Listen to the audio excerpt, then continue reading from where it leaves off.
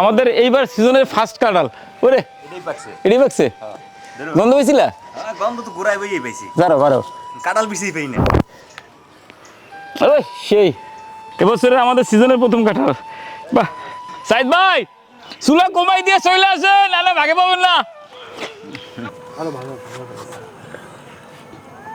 প্রিয় শুভাকাঙ্ক্ষীগণ আমাদের কাঁঠাল কিন্তু পাকা শুরু করছে এখন যদি আপনারা আসেন আইলেই কাঁঠাল দেবো প্রিয় শুভাকাঙ্ক্ষীগণ আপনাদের কিন্তু ওই যে দাওয়াত সবসময় দিয়ে রাখি কাঁঠাল কিছু কিছু গাছে চলে আসছে পাকা খাইতে পারবেন এগুলি এই কাঁঠাল গাছটার কাঁঠাল ভালো কিন্তু সাইজ ভালো না যাই হোক আপনারা আসলে আমার বাবা মারা দেখতে আসলে আমাদের প্রিয় শুভাকাঙ্ক্ষীগণ আপনাদের যারাই আসবেন যারা কাঁঠাল ভালোবাসেন অবশ্যই কাঁঠাল নিয়ে যাবেন কাঁঠাল খেয়ে যাবেন সেই দাওয়াত তো রইলো প্রিয় শুভাকাঙ্ক্ষীগণ আপনাদের সাথে কিছু কথা শেয়ার করতে চাই সেটা হলো সেদিনকে একটা ভিডিওতে দেখছেন আমি খুব রাগ হয়ে গেছিলাম আসলে রাগ না হওয়া ছাড়া উপায় নেই আমাদের কেউ বুঝতেই চায় না রাস্তায় যে বাবা মাই পায় তাদেরকেই তুলে দিয়ে যাচ্ছে আমাদের কাছে এবং প্রতিনিয়ত এত বেশি মানুষ যোগাযোগ করতেছে আমাদের সাথে অনেকে আছে খুব খারাপ ব্যবহার করে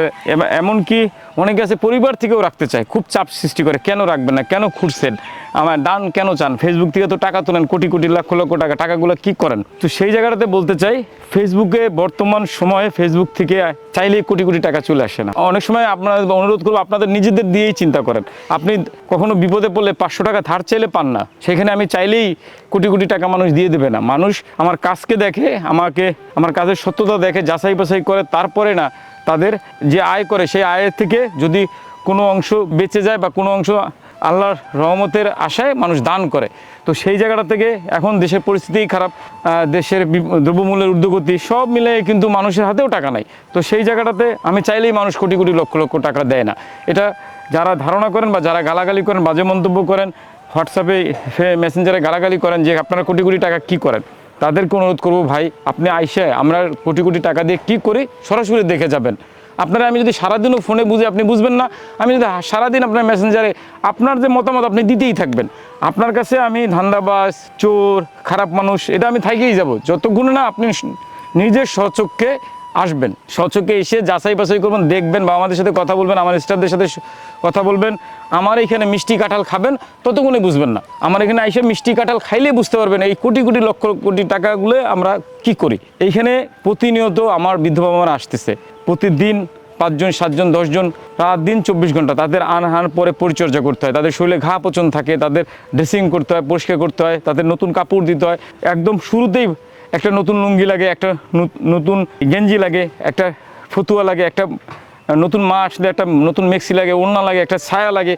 তারপরে তাদের পরিষ্কার পরিচ্ছন্ন সাবান ঠাবান সব মিলে বিশাল অঙ্কের একটা খরচ হয়ে যায় তারপরে তো তাদের চিকিৎসা ডক্টর যখন দেখে চিকিৎসাপত্র দেয় এরপর থেকে শুরু হয়ে যায় ওষুধের চ্যাপ্টার এরপরে অনেক বাবা মারা সে এতই বিধ্বস্ত অবস্থা থাকে নাক মুখে ওই হসপিটাল থেকে যেগুলি ফালাই দেয় যেমন নাকের টিউব পরানো থাকে ক্যাথেটার পরানো থাকে পেটের মধ্যে পাইপ লাগানো থাকে পায়খানা রাস্তায় পাইপ লাগানো থাকে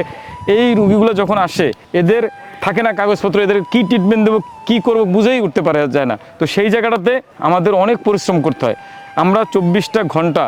50 জন মানুষ দিন রাত কাজ করে যাচ্ছি শুধু অসহায় মানুষদের ভালো রাখার জন্য এবং ভরসার স্থল আপনাদের মনে করি আপনারা দান সহযোগিতা পাঠাবেন আপনাদের স্পষ্ট করে বলতে চাই আমরা গত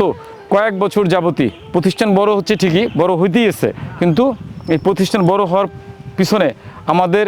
স্টাফ সহকর্মী সহ আমার অনেক পরিশ্রম করতে হয় মেধা খাটাইতে হয় আমাদের এই জায়গাটাতে আসতে হয় আমাদের প্রত্যেকটা টাকার হিসাব রাখতে হয় এবং হিসাব রেখে খরচ করতে হয় আমি আমার প্রিয় শুভাকাঙ্ক্ষীদের বলতে চাই বাজে কমেন্ট না করে বাজে মন্তব্য না করে সরাসরি আসেন এসে আমার বাবা আমাদের দেখে যান তাদের সাথে কথা বলেন তারপরে যদি মনে হয় যে এখানে দান করা যায় বা এখানে সততা আছে স্বচ্ছতা আছে তখনই কেবলমাত্র দান করেন যাচাই বাছাই করে দান করেন কবু করেন হোয়াটসঅ্যাপ ফেসবুকে মেসেঞ্জারে গালাগালি করে ধান্দাবাজ বাটপার কিডনি ব্যবসায়ী এইগুলি বলে কোনো লাভ নাই আমি এরকম ভিডিও আরও কয়েকটা ছাড়ছি তারপর আপনাদের থামাইতে পারতেছি না আজকেও ভিডিওর মাধ্যমে বলতে চাই প্রিয় শুভাকাঙ্ক্ষীগণ আসেন এইবার জ্যৈষ্ঠ মাস কাঁঠালের সিজন খুব ভালো মিষ্টি কাঁঠাল পাওয়া যাবে আমার কাছে আসেন কাঁঠাল খেয়ে যান আপনাদের সকলের কাছে অনুরোধ থাকলো আমার প্রায় সোশ্যাল মিডিয়াতে 2 কোটি শুভাকাঙ্ক্ষী আছে সকলকে দাওয়াত কাঁঠাল খাওয়ার আসেন কাঁঠাল খেয়ে যান বাবা মাদের যে কষ্টটা সেটা বা প্রতিবন্ধী বাচ্চাদের যে কষ্টটা পাগলি বোনদের যে দুরবস্থাটা সেটা সচক্ষে দেখে যান তারপরে আপনারা দেখে বুঝে তারপরে গালাগালি করেন আমি অনুরোধ করব দেশের প্রশাসন সরকার সহ যে আপনারা যাচাই বাছাই করে যদি কোনো কিছু করা যায় আমাদের এই অসহায় মানুষের জন্য কিছুটা করে দেন যেখান থেকে অন্তত আমরা মাসে একটা টাকা আসবে বা মাসে 10 টাকা মূল্যের যে চালগুলি আছে সেই চালগুলি আসবে, এরকম একটা ব্যবস্থা করে দিল। এখন বর্তমানে 1 কেজি চাল খাইতে আমরা যেটা খাই 55 থেকে 60 টাকা লাগে 1 কেজি চালের দাম। আমার প্রতি বেলায় 35 কেজি চাল লাগে, শুধু এতটুকুই বললাম। 35 কেজি চাল জোগাড় করা প্রতি বেলাতে আমাদের হিমশিম খেতে হয়। সাথে আলু ভর্তাও যদি হয় কমপক্ষে 30 কেজি আলু লাগে ভর্তা করতে, সাথে তো আনুষঙ্গিক জিনিস রয়েছেই। তো সেই জায়গাটাতে অনুরোধ করব সকলকে, সকল শুভাকাঙ্ক্ষীদের প্রতি যে এই জ্যৈষ্ঠ মাসে কাঁঠালের সিজন, ভরা মৌসুম, মিষ্টি কাঁঠাল খেতে চলে আসবেন। সবাই ভালো থাকবেন, আল্লাহ হাফেজ।